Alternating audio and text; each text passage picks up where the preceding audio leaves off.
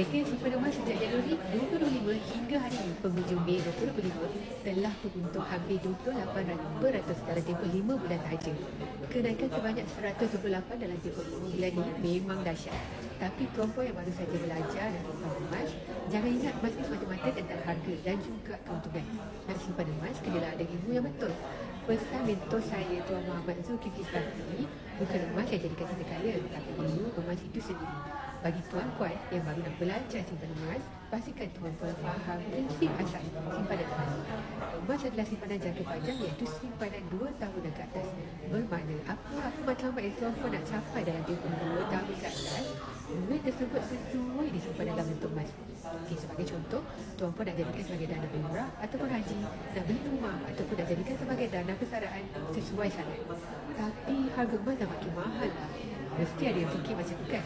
Harga emas ni memang takkan pernah murah. Selagi mana tuan-puan tak nak gunakan duit tersebut dalam tempoh 2 tahun ke atas, bila-bila masa pun sesuai nak beli emas. Tahun ni harga dah mencatatkan yang paling tinggi dalam sejarah, iaitu RM533 untuk 1 gram. So, jangan tunggu harga emas 1 gram dah cecah RM1,000 baru nak mula.